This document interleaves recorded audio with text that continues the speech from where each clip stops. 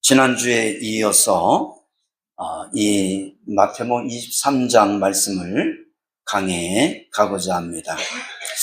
자, 우리가 성도가 본받지 말아야 될 것, 그런 제목으로 말씀을 전하고자 합니다.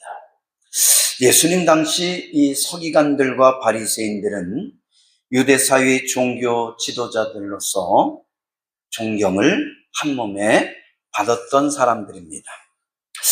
그런데 예수님은 이 서기관들과 바리새인들의 잘못에 대해서, 그리고 외식에 대해서 자주 지적하는 것을 볼 수가 있죠.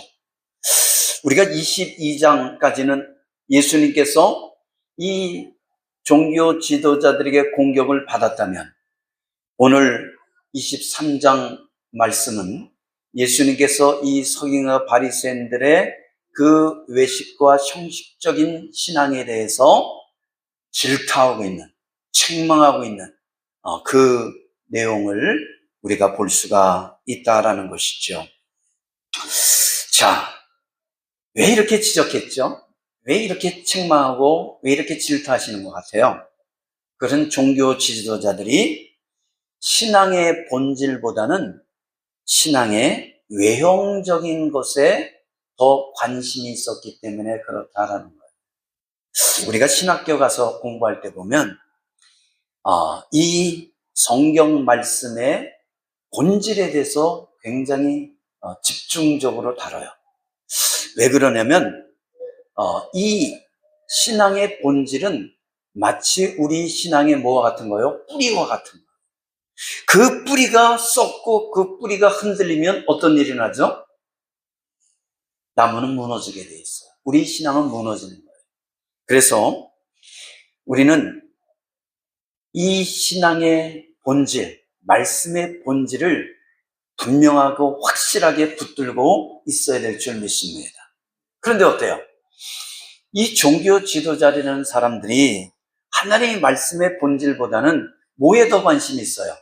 외형적인 것, 사람에 보이게 하는 것, 이런 것들에 더 관심이 많았다라는 것이죠. 그러다 보니까 주님께서는 어떻게 합니까? 그렇게 신앙생활하면 안 돼. 종교 지도자라면 유대인들의 뭐가 돼야 돼요? 말씀의 본이 되고 신앙의 본이 돼야 되는데 전혀 본이 되지 않고 있다는 거죠. 그냥 겉만 거칠해하고 속은 썩어 있는 그 모습만 보이고 있기 때문에, 그 모습이 주님이 눈에 보이기 때문에 뭐 하는 거예요? 질타를 하고 있는 거예요. 책망을 하고 계시는 거예요. 그러면서 이들의 외식하는 모습을 뭐 하지 말라는 거예요? 본받지 말라는 거죠. 따르지 말라는 거예요. 그래서 오늘 성도가 본받지 말 것이라는 제목으로 말씀을 전하는 거예요. 그러면 본문의 서기관들과 바리새인들이 외식은 무엇이고 우리는 무엇을 본받지 말아야 될까라는 내용을 오늘 말씀을 통해 전하고자 합니다. 첫째는 뭐냐면 사람에게 보이려는 신앙생활을 하지 말라는 거예요. 뭘 하지 말라고요? 사람에게 보이려고 하지 말라는 거예요. 신앙은 우리가 예배를 드리고 찬양하라고 기도하고 우리가 신앙생활하는 것은 누구에게 보이는 거예요?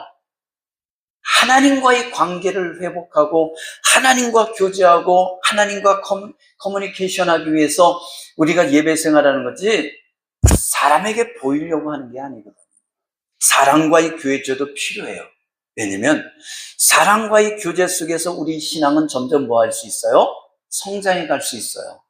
그래서 십자가라는 것은 하나님과의 나와의 관계도 중요하지만 사람과 사람의 관계도 중요한 거예요. 그래서 십자가가 그려지잖아요. 할렐루야. 자, 그러나 내가 신앙이 이래, 내가 이렇게 믿음 생활 잘해, 내가 이렇게 하나님께 정녕 잘 보이려고 하는 모습이 아니라 사람에게 정녕 자기의 신앙을 과시하려고 드러내는 것, 이런 것들을 뭐 하라는 거예요? 본받지 말라는 거예요. 누가 그랬다는 거예요? 서기관과 바리새인들이 예수님 당시에 그 유대 사회 속에서 이런 모습을 보이고 있었다라는 것이죠. 자, 그래서 우리가 5절 한번 읽어볼까요? 시작. 그들이 모든 행위를 사람에게 보이고자 하나니 곧 그 경문띠를 넓게 하며 옷수를 길게 하고. 그러니까 이 서기관과 바리새인들은 자기가 내가 이렇게 신앙생활을 잘해, 내가 이렇게 믿음이 좋아 라는 것을 뭐예요? 사람들에게 보이려고 하고 있다라는 것이죠. 보이려고 하고 있어요. 우리가 때로는 간증이라는 게 필요하죠. 왜냐면 그 간증을 통해서 뭘 할 수 있어요? 간접 경험을 하는 거예요. 아, 저렇게 은혜 받을 수 있구나. 아, 저렇게 하나님의 역사심을 체험할 수 있구나라는 것은 뭐예요? 간증을 통해 체험할 수 있죠. 그래서 이 필요한 간증은 때로는 필요해요. 그러나 그것이 과장되고 나를 드러내고 나를 자랑하기 위한 간증은 뭐예요? 이거는 크게 도움이 되지 않을 수 있다는 것을 알아야 돼요. 자, 여하튼 간에 요즘은 무슨 시대라고 그러죠? 자기 PR 시대라고 그래요. 무슨 시대요? PR 시대. 이 PR이 뭔지 아세요? 이게 영어의 약자예요. 영어의 약자. 그래서 Public Relation, 그래서 공공관계라는 그런 의미를 갖고 있습니다. 우리가 대학에 이제 원서를 내는 시기가 됐어요. 그래서 수시 원서를 지금 내는 시기입니다. 그러면 뭐를 쓰죠? 자소서를 쓰게 됩니다. 그러면 자기가 내가 이렇게 공부했습니다. 내가 이 분야에 이렇게 준비를 했습니다. 라는 것을 자기의 스펙을 뭐예요? 자소서에 담아서 제출하게 되지요. 뿐만 아니라 우리가 직장에 취직하기 위해서도 그냥 자기의 이력만 대충 내서 내면 그건 100% 뭐예요? 떨어져요. 자기 자소서가 있어야 돼요. 스펙이 있어야 됩니다. 그래서 그 스펙에는 나는 이런 학력을 가졌고, 그리고 나는 이렇게 열심히 공부해 학점을 받았고, 뿐만 아니라 난 토익 점수가 얼마고, 뿐만 아니라 이렇게 연구를 해서 이런 실적을 냈고, 이런 실력을 갖고 있습니다. 라는 것을 내가 지원하는 기업에 제출했을 때 그 스펙을 보고 그 사람의 인생 스토리를 보고서 어떻게 합니까? 이 사람 괜찮은데? 그러면 서류 면접에서 어떻게 해요? 합격을 시켜요. 그러면 그냥 합격하면 얼마나 좋아요. 근데 그렇지 않고 그 다음서 뭐예요? 인성검사, 적성검사. 이 사람이 진짜 이 실력을 갖고 있는지 기술 면접검사. 그 시험을 또 쳐요, 거기서. 거기서 합격하면 어떻게 해요? 야, 이 사람 그래 괜찮은데 얘들? 그럼 어떻게 해요? 그럼 우리 얼굴 보고 얘기합시다. 그럼 뭐가 되는 거예요? 면접 보는 거예요, 면접. 얼굴 대면하고. 그래서 이 중간 간부들이 면접에서 합격하면 거기서 끝나면 얼마나 좋아요. 그럼 이번엔 뭐예요? 진짜 이제 예를 거기서 이제 지도자급 간부 면접을 봐요. 간부들 면접. 그러면 그 간부들이 얼마나 많은 사람들을 접했고 얼마나 많은 사람들을 대접받겠어요. 그죠? 그러니까 핵심을 집어서 콕콕 찌르면서 질문을 던져요. 그러면 그 질문에 대해서 버벅거리면 어떻게 돼요? 얘 별로구나. 근데 거기에 대해서 아주 그냥 자기가 소신껏 자기의 갖고 있는 실력을 소신껏 발언하면 어떡하죠? 이놈 괜찮은데? 그럼 어떻게 되는 거야? 그러면 최종 합격이 되는 거예요. 요즘 대기업 들어가는 전부 그래요. 근데 이 면접에서 합격하는 과정까지 최소 4개월. 길면 뭐예요? 6개월이 더 걸린다라는 거죠. 그런데 중요한 게 있어요. 여기서 내가 이 기업에 잘 보이기 위해서 뭘 해요? 과장해서, 과시용으로 이력서를 내고 스펙을 냈다면 그것은 나중에 걸려져서 합격했을지라도 뭐예요? 다시 합격이 취소되는 그런 일이 일어나게 된다라는 것이죠. 왜냐면 보니까 어떻게 하냐면 우리 찬영이가 포스코에 들어갔잖아요. 그런데 이 포스코에 가가지고 최종 합격까지 했는데 뭘 내라 그러냐면 거기에 나는 이런 스펙이 있습니다. 나는 이런 연구를 했습니다. 이런 상을 받았습니다. 이런 운동을 했습니다. 그랬더니 그러면 그 상을 사진을 찍어서 보내십시오. 당신이 그런 연구를 했다는데 그런 연구했던 그 자료를 보내주십시오. 당신이 그런 회사에서 일했다는데 그 회사에서 일한 입증을 하십시오. 그리고 당신이 그런 농구 서클에 있었다는데 그 농구한 농구한 사진을 보내주십시오. 입증을 요구하는 거예요. 근데 만약에 제출을 못하면 어떻게 되는 거예요? 거짓 스펙을 낸 거잖아요. 내가 이런 걸 했습니다는 과시하기 위해서. 그러면 당신은 거짓 스펙을 냈기 때문에 뭐 할 수 있는 거예요? 합격을 취소합니다. 이게 되는 것이죠. 그러니까 그만큼 우리가 여기서 알아야 될 것은 뭐냐면 자기 PR과 과시는 다르다는 것을 알아야 돼요. PR은 뭐예요?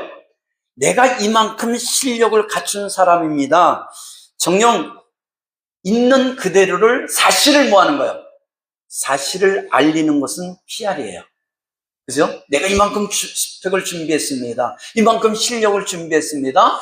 그리고 그것을 알리는 것은 PR입니다. 근데 과시는 뭐예요? 과시는 자기를 좀 부풀리는 거예요. 사실이 아닌 것을 사실이라는 것에 뭘 한 거예요? 풍선을 좀 불어서 좀 살을 찌게 만들었다는 거예요. 그런데 그런 것들은 나를 좀 과시하기 위해서 부풀린 거기 때문에 좀 속이는 거기 때문에 자꾸 얘기하다 보면 이 스텝이 어떻게 돼요? 꼬이게 돼 있어요. 말이 어떻게 해요? 꼬이게 돼 있다는 거예요. 왜? 사실이 아니기 때문에 그렇죠. 요즘은 PR 시대가 맞습니다. 그러나 PR도 자기를 과장되게 얘기하는 것은, 남에게 보이기 위해서 과장시키는 것은 오히려 듣는 사람에게 뭘 일으킬 수 있어요? 거부감을 일으킬 수 있다는 거예요. 거부감. 있는 사실을 얘기하면 뭐 상관없죠. 근데 있는 사실을 얘기해도 너무 그 사람이 스펙이 화려하면 어떻게 해요? 그것을 쫓아가지 못한 사람은 그래 너 잘났다 속으로 그러잖아요. 그래 너 잘났다. 그런데 그나마 있는 사실을 얘기하면 사실이니까 문제될 게 아무것도 없어요. 그런데 없는 것을 과장해서 얘기할 때는 듣는 게 굉장히 불편해. 그죠? 이게 진짜 맞나? 아무리 봐도 그런 능력과 그런 실력을 갖추지 않은 것 같은데 얘기하는 거면 어마어마한 스펙을 갖고 있어. 그럼 어떨 것 같아요? 아니 부담스럽죠. 그리고 자꾸 뭘 하고 싶죠? 확인하고 싶어요. 그래서 그러면 어느 대학을 나왔어요? 무슨 공부했어요? 이런 거 자꾸 뭐 하게 돼요? 물어보게 되죠. 목사도 마찬가지예요. 나는 어디서 공부했고, 어디서 사역했고, 막 그래요. 그러면, 이 사람이 거기 나올 출신 실력이 안 될 것 같은데, 그런 느낌을 받으면 어떻게 해요? 자꾸 물어보게 되죠. 가끔가다 목사들 이렇게 모임 가면, 자기는 총신 출신입니다. 나는 합동, 목사입니다. 그래요. 근데 제가 합동 목사잖아요. 총신 출신이잖아요. 그럼 어떻게 돼요? 긴가 아닌가 해가지고 물어봐요. 그런데 저는 다 알고 있으니까 학교가 어떻게 생겼고 공부하는 교실이 어떻게 생겼고 교수들이 누구고 그걸 다 아니까 물어보죠. 그러면 그냥 나온 사람은 어떻게 할까요? 자연스럽게 얘기하겠죠. 근데 안 나온 사람은 어떨까요? 대답을 잘 못해요. 그러면 당신 거기 안 나왔잖아. 그렇게는 얘기 안 해요. 이거 가짜구나. 그렇게 말이죠. 응? 그래요. 그런 거예요. 그러니까 자기를 있는 그대로 얘기하면 문제될 게 없어요. 근데 그것을 자꾸 과시하다 보니까 어떻게 해요? 스텝이 꼬이고 말이 꼬이다 보니까 자꾸 거기에 살을 붙이다 보니까 문제가 생길 수 있다는 것을 알아야 된다는 거예요. 여러분, 과장하는 사람들이 이야기를 들으면 과거에 금송아지 안 키운 사람이 있어요, 없어요?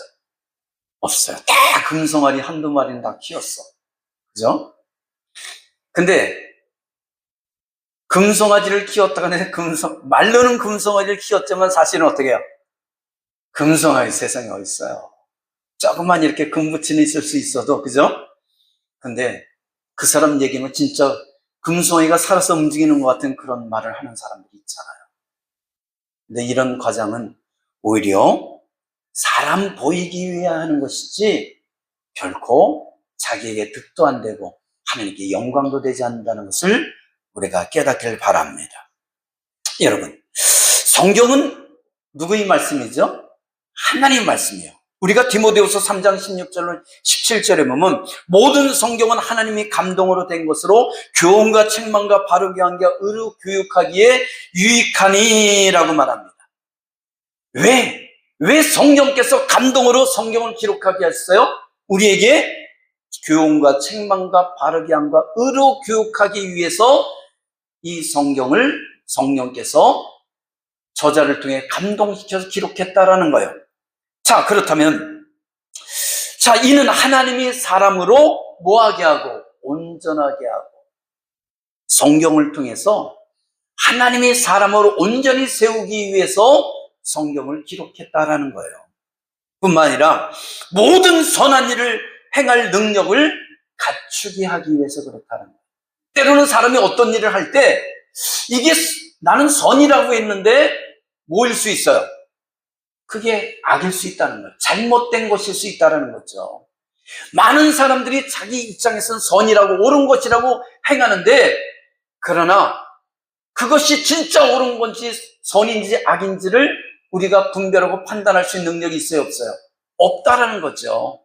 그럴 때 이것이 선이다, 이것이 악이다, 이것이 옳은 것이다, 이것이 틀린 것이다 라는 것을 분명한 잣대를 제시하는 것이 뭐라는 거예요?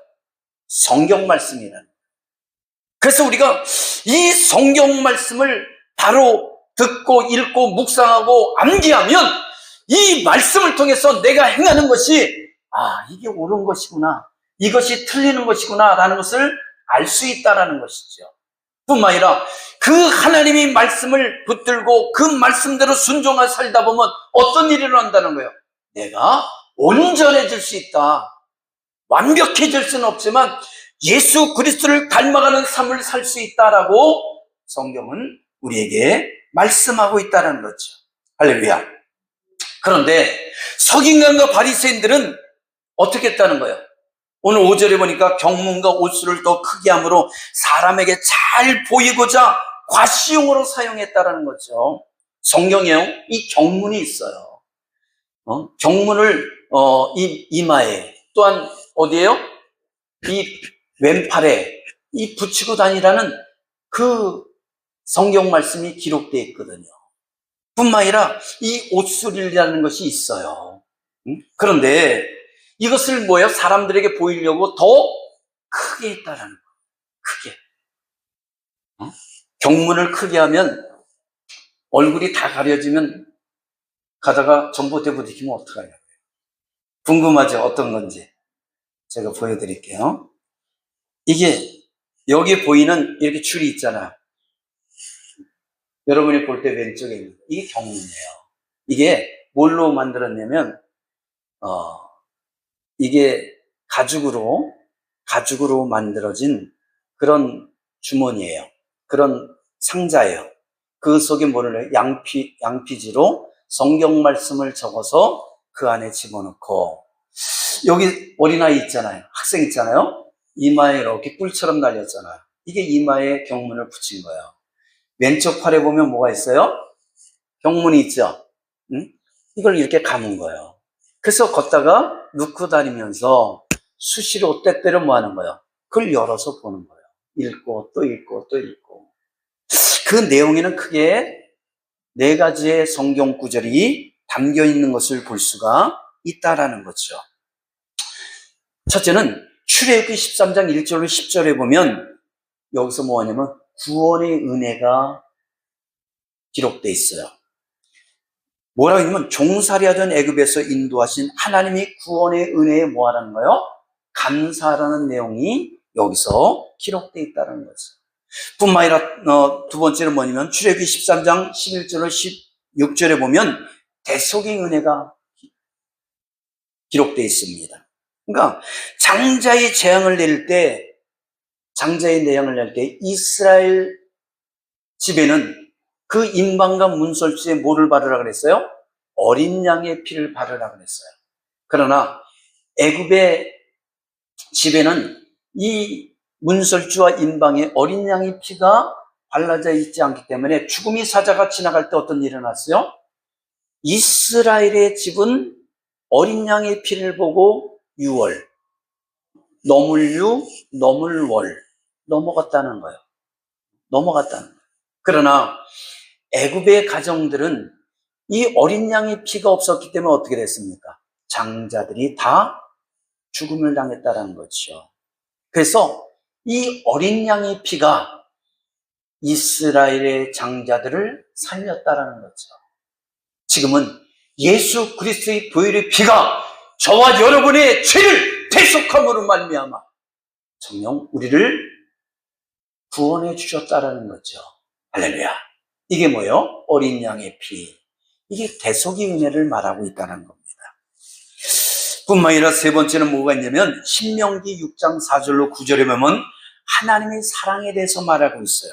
너는 마음을 다하고 뜻을 다하고 힘을 다하여 내 하나님 여호와를 사랑하라. 이 말씀을 너희는 마음에 새기고 내 자녀에게 부지런히 가르치고 강론하라라고 말하고 있습니다. 그래서 성경에 보면 뭐가 있죠? 너희가 나갈 때도 들어갈 때도 누울 때도 일어날 때도 뭐 하라는 거예요? 하나님의 말씀을 묵상하라는 거예요. 여러분, 우리는 하나님의 말씀을 읽고 묵상하고 들어도 아무리 들어도 부족하다는 걸 깨닫길 바랍니다. 어때요? 들어도 돌았으면 까먹잖아요. 그죠? 근데 말씀을 자꾸 들어야 되는 이유가 뭐냐면, 그리고 읽어야 되는 이유가 뭐냐면 보슬비 같은 거예요. 우리가 보슬비가 오면 어떻죠? 그냥 비가 안 오네? 뭐 이 정도 비야. 근데 그리고 맞고 가요. 근데 잠시 맞을 땐 티도 안 나요. 근데 그것을 장시간 맞으면 어떡하죠? 머리가 다졌고 옷이 다졌는 거예요. 우리가 하나님 말씀을 들을 때 한 귀로 듣고 한 귀로 그냥 쏟아낼 때 많잖아요. 하지만 말씀을 듣고 듣다 보면 그것이 보슬비처럼 내 머리부터 발끝까지 내 마음에 꽉 차서 그래. 이 성경의 이 말을 들으면 다 이해가 되잖아요. 그래, 그거 있어. 근데 말해보려면 모르지만, 그쵸? 그거 말해보세요. 그는 모르는데 들으면 다 알아. 왜? 자꾸 들었기 때문에. 그리고 내가 살아가는 삶 속에서 어느 순간에 성령께서 그 말씀을 기억나게 해서 검처럼, 방패처럼 역사해 준다는 것을 우리가 깨닫게 되잖아요. 내가 너무나 힘이 없고 낙심될 때, 정녕 하나님이 살아가신 것이 의심될 때 정녕 성령께서 내 안에 역사하시잖아요. 내가 너와 함께하고 있다는 것을, 내가 너를 잠잠히 사랑하고 있다는 것을 말씀해 주시는 거예요. 그럴 때 그 성령의 음성을 듣고 나는 다시 회복해서, 그래요, 나 혼자인 줄 알았는데 하나님께서 나와 함께 하셨군요 라는 것을 깨닫는 것이죠. 기도가 응답이 안 될 때 성경 말씀이 기억나면서 아무것도 염려하지 말고 모든 일에 기도와 간구로 너희 구할 것을 감사함으로 하나님께 아뢰라. 그런 모든 지각이 뛰어나신 하나님의 평강이 그리스도 예수 안에서 너희 마음과 생각을 지키시리라. 할렐루야. 그래요. 문득 말씀이 떠오르면서 그 말씀이 나에게 힘을 주며 걱정하지 말라, 염려하지 말라, 기도하고 있는데 왜 걱정하느냐, 염려하느냐, 내가 너와 함께 하는데 왜 두려워하느냐 라고 말씀하고 있잖아요. 그런 체험이 저와 여러분의 있기를 주님으로 축원합니다. 그런 체험이 있기에 우리가 주님을 또 믿는 거 아니에요. 맹숭맹숭 아무것도 체험한 것이 없다면 이 자리에 와서 앉아있지 않아요. 어디가 있을까요? 오늘 같은 주일은 가서 뭐예요? 자야죠. TV 봐야죠. 놀러 가야죠. 이런 거 하겠죠. 그러나 하나님이 살아계심을 체험한 사람들은 겨사라도 나오는 거예요. 겨사라도 나오는 거예요. 할렐루야. 그래요. 그리고 네 번째는 뭐가 있냐면 신명기 11장 13절로 21절에 보면 하나님이 축복이 담겨 있다는 거예요.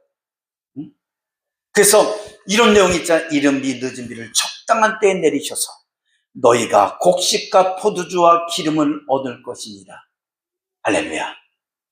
하나님께서 정녕 너희가 들어간 가나안 땅에서 이른 비와 늦은 비를 적당한 때에 내리셔서 모든 곡식과 포도주와 기름을 풍성하게 얻게 해줄 것이다 라고 약속하는 거예요. 하나님의 축복을 약속하는 거예요. 그러나 하나님은 꼭 내가 이렇게 축복할 것이다 끝 등 얼마나 좋아요. 내가 어떻게 살아도 축복하십니까? 그죠? 그런데 꼭 역접이 있어요. 그러나 다른 신을 섬기면 하늘에 단비를 내리지 아니하며 여호와께서 주신 아름다운 땅에서 속히 멸망할 것이다. 여러분, 내가 하나님의 축복을 받으려면 진실로 하나님만을 바라보고 하나님만을 섬기며 하나님을 아버지로 섬기며 하나님의 영광을 위해 살아갈 때 하나님이 축복하시겠다는 거예요. 그러나 그 하나님을 너희가 외면하고 우상을 섬기고 죄악된 길로 걸어가면 내가 단비를 그쳐서 속히 내가 너에게 준 축복을 걸어가겠다고 말하고 있잖아요. 하나님만을 섬기는 우리 성도에게 주님으로 축원합니다. 그래서 유대인들은 이 말씀을 이마에 또한 왼팔에 어떻게 해요? 이 경문을 뭐 하는 거예요? 붙이고 다니는 거예요. 메고 다니는 거예요. 그래서 아침 시간에 기도하며 하루를 시작하게 됩니다. 유대인들의 경문은 마치 뭐냐면 기도 도구예요. 꼭 기억해야 될 가장 중요한 4가지 성경 구절이다. 그렇게 말하고 있는 거예요. 할렐루야. 이해가 되죠? 근데 요 5절만 딱 읽으면 경문이 어떻고 옷쓰리 그러면 그게 뭐지? 근데 글을 보니까 어떻게 해요? 이렇게 소가죽으로 조그만 상자를 만들어 거기 양피지에 글을 성경 구절을 적어서 집어넣는 것이구나. 근데 우리도 지금도 사용이 안 해요. 우리도 성경 구절 써가지고 넣고 다니면서 암송하고 외우고 그러는 거 있었잖아요. 그죠? 그래요. 이처럼 경문은 이마에 묶는 것입니다. 이 이마에 묶는다라는 것은 우리의 생각과 판단과 결정은 하나님의 중심이 되라는 거예요. 내 생각대로 판단하고 내 생각대로 결정하지 말고 하나님 말씀을 내 이마에 붙이고 메고 있다는 것은 하나님, 내 생각이 하나님이 중심이 되라는 거예요. 내 판단과 내 결정이 내 인간적인 결정이 아니라 하나님의 결정이 되라는 거예요. 중심이 돼서 결정하라는 거예요. 우리는 어떻습니까?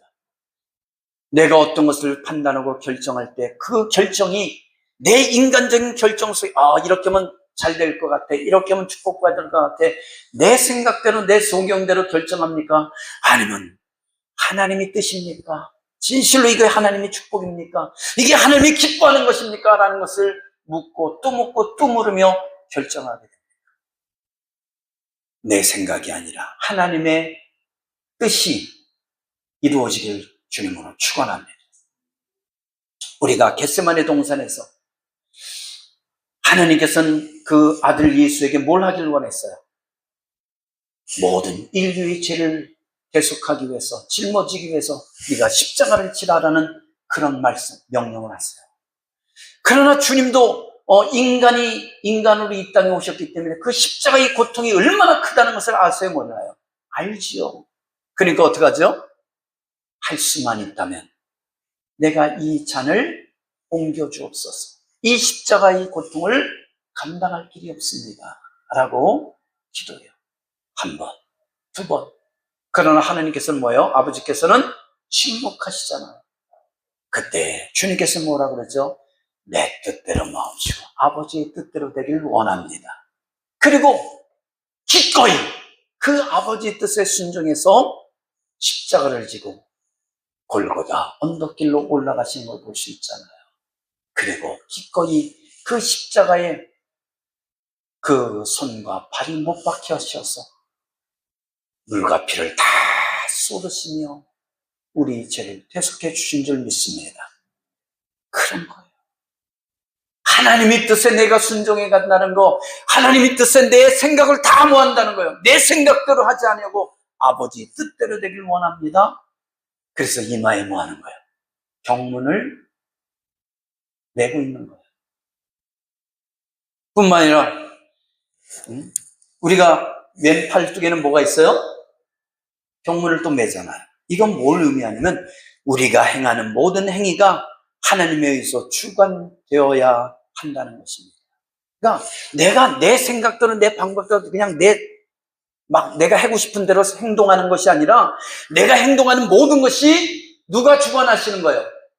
하나님이 주관하시는 것이 되어야 된다라는 거예요. 여러분, 하나님이 전해오는 것은 내가 오고 싶다고 오는 게 아니에요. 누가 인도해야 되는 거예요? 하나님께서 인도하시는 발걸음이 돼야 올 수 있는 줄 믿습니다. 세상 사람들에게 교회 이렇게 들어가려면 식당은 금방 갈 수 있잖아요. 극장은 금방 들어갈 수 있잖아요. 뭐 마트나 쇼핑몰은 금방 들어가잖아요. 근데 교회에 들어오는 곳은 이건 아무나 못 들어오는 거예요. 그래 안 그래요? 하나님의 인도하심을 받은 사람만이 들어올 수 있는 길이에요. 제가 처음에 교회를 가는데, 전도를 받아서 교회를 가는데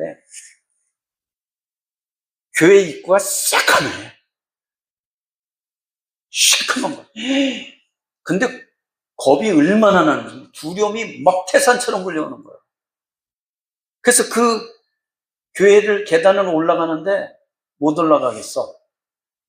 야, 그래서 내가 느꼈더니 아무나 들어가는 게 아니구나. 근데요, 야 뭐해 빨리 들어가지 않고 그러면서 친구가 막 등을 띄워버렸어요. 그래서 그 등에 띄물려가지고 들어갔는데 들어갔더니 들어가는 입구까지 샥하면 들어갔더니 야, 그렇게 평안할 수가 없어. 누가 막고 있는가요? 사단이 막고 있으니까 교회 입구가 샥하네. 들어갔더니 성령께서 맞이해 주셔서 그런지 내 마음이 그렇게 강같이 평안할 수가 없는 거예요. 성령 여러분들이 우리 광명교회에 올 때 마음이 강같이 평안한 은혜가 기를 주임으로 축원합니다. 그래요. 정녕 내가 행동하는 모든 것이 어떻게 된다는 거예요? 하나님이 모든 것이 주권자신 하나님의 뜻에 따라서 행동하는 그런 행동이 되라라는 의미 속에서 왼팔에 경문을 맸다라는 거죠. 그러니까 내가 이 손을 움직일 때 어떤 마음이 들어야 되는 거예요? 세상적인 악한 일을 하는 것이 아니라 경문을 볼 때마다 하나님이 기뻐하시는 일을 해야 되구나 라는 생각을 하는 신앙생활을 하라는 것이죠. 여러분, 그렇습니다. 그래서 내 생각, 판단과 행함이 하나님이 기뻐하신 일이라면 하나님께서 뭐 하세요? 축복하시지만 그러나 기뻐하지 아니하는 것은 저주와 심판을 받게 된다는 것을 우리가 깨닫길 바랍니다. 그런데 오늘 서기관과 바리새인들은 어떻습니까? 이 경문의 뒤를 넓게 하여 사람들에게 더 경건하게 보이고자 하는 과심으로 사용했다는 거예요. 어느 정도 규격이 정해져 있어요. 그런데 어떻게 했다는 거예요? 더 크게 해서 이마에 붙이고 더 크게 해서 뭐예요? 왼팔에 묶었다라는 것이죠. 그러니 그 사람을 보면 뭐만 보이는 거야? 경문만 보일 거 아니야. 이 사람이 딱 볼 때 이마가 넓으면 뭐예요? 야, 저 사람 시원하게 생겼네. 그래야 되는데 얼굴을 딱 봤는데 경문만 보이면 어떨까요? 저 사람 뭐예요? 홍만 묻히고 다녀 그럴 거 아니에요. 여러분, 그래요.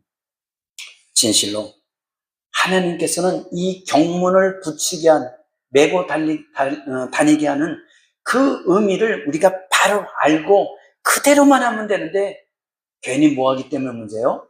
과장하기 때문에 그렇다. 우리 신앙도 마찬가지예요. 하나님께서 나에게 주신 그 믿음대로, 달란트대로 내가 하나님께 영광 돌며 살아간다면 하나님이 기뻐하실 줄 믿습니다. 과장할 필요가 없어요. 과대 포장할 필요가 없어요. 우리나라 지금 모든 그 선물 세트의 문제가 뭐야? 알맹이는 별로 없는데 그 포장이 화려한 거잖아요. 포장만 잔뜩 있어요. 애들에게 선물하려고 예를 들어서 선물 딱 샀는데 와, 포장이 멋있어서 샀어. 뜯어봤더니 포장만 계속 나오고 알맹이는 뭐예요? 없잖아요. 그런 신앙생활 하지 말라는 것이죠. 그래서 하나님께서 기뻐하는 그런 삶을 살아가는 은혜가 있길 주므로 축원합니다. 여러분, 이 경문이라는 것은요, 이 필라크레테리온이라는 그런 헬라어예요. 이건 지킨다, 보존한다라는 뜻을 갖고 있는 이 필라소에서 파생된 그런 단어입니다. 이 경문을 이마 왼팔에 붙잡고 다니면 자신을, 또한 이들이 왜 자꾸 이걸 붙이고 다니냐면 이 필라소라는 그런 단어의 내용처럼 지킨다, 보존한다, 이런 뜻을 갖고서 이것을 경문을 왼팔에 붙이고 메고 이마에 메고 다니면 자신을 뭐 한다고 느꼈어요? 지키고 보호한다고 생각했어요. 여러분, 경문이 지켜요? 하나님이 지켜요? 하나님이 지키는 거예요. 그러니까 마치 지금 우리나라의 모처럼 하고 다니는 거예요. 부적처럼 붙이고 다니는 거예요.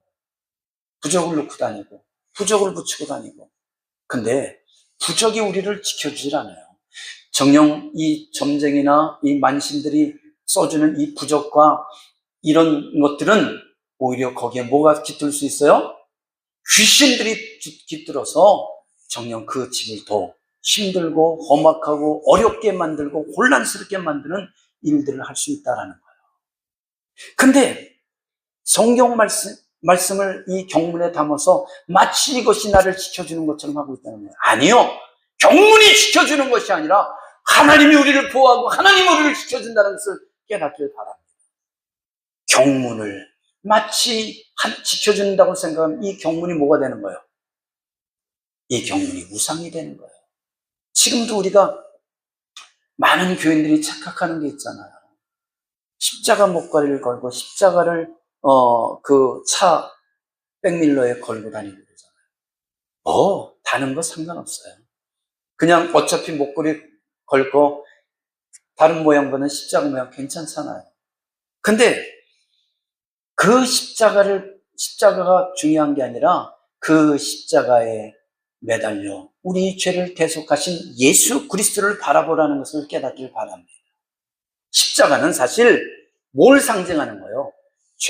정말 흉악한 죄인을 십자가에 매달려서 죽인 그런 형틀이라는 것을 우리가 알아야 돼요. 원래의 십자가는. 그러나 예수 그리스도가 그 십자가에 못 박혀 돌아가신 말미암아 뭐가 됐어요? 그 십자가를 바라볼 때 내 죄를 사하신 누구를 바라보라는 거예요? 예수를 바라보라는 거죠. 예수가 빠져버린 십자가는 죄인의 형틀에 불과해요. 그러나 그 십자가를 보면서 예수를 바라보라는 거죠. 예수가 빠져버릴 때 그 십자가는 또 하나의 우상 숭배가 될 수 있다는 것을 우리가 깨닫기를 바랍니다. 할렐루야. 그래서 우상이 되는 것은 우리 삶 속에 내 주위에 다 뭐하는 거예요? 버려야 돼요. 제거해야 되는 거예요. 그럴 때 성령께서 내 안에 오셔서 더 큰 은혜와 더 큰 축복으로 우리와 역사해 주실 줄 믿습니다. 근데 그러잖아요. 우리는 자꾸 무슨 동물이에요? 망각하잖아요. 잊어먹잖아요. 그래서 교회 십자가를 다는 것도 왜 그러는 거예요? 그걸 보면서 예수를 보라는 거예요. 근데 또 없으면 뭐예요? 뭔가 허전하잖아요. 그리고 집중이 안 되잖아요. 그렇기 때문에 그런 상들을 때로는 뭐예요? 더 주님을 바라보고 믿음 생활을 더 하나님을 바라보고 만들게 됐다라는 것을 우리가 또한 기억하시길 바랍니다. 또한 뭐가 있죠? 옷술이 있죠. 옷술. 이 옷술은 이렇게 생겼어요. 자,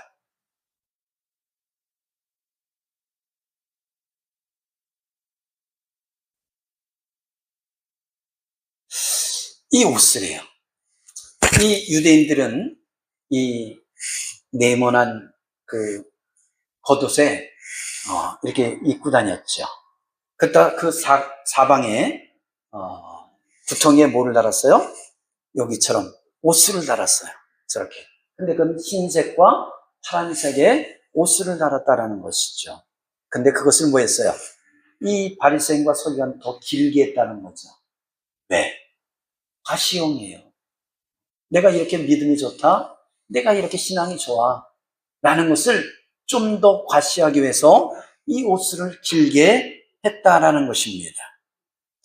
자, 그런데 정녕 이 옷은 무슨 의미가 있는지 우리가 한번 생각해 볼 필요가 있습니다. 이것은 여호와의 모든 계명을 기억하여 준행하겠습니다라는 의미 속에 달았다는 거예요. 그러니까 사람이 살다 보면 아까도 말했지만 자꾸 뭐예요? 까먹죠. 그냥 그 일에 몰두하고 바쁘다 보면 까먹게 돼요. 그런데 이 옷을 보면서 어떻게 하라는 거예요? 이 옷을 보면서 기억하라는 거예요. 아, 그래. 내가 하나님의 백성이지.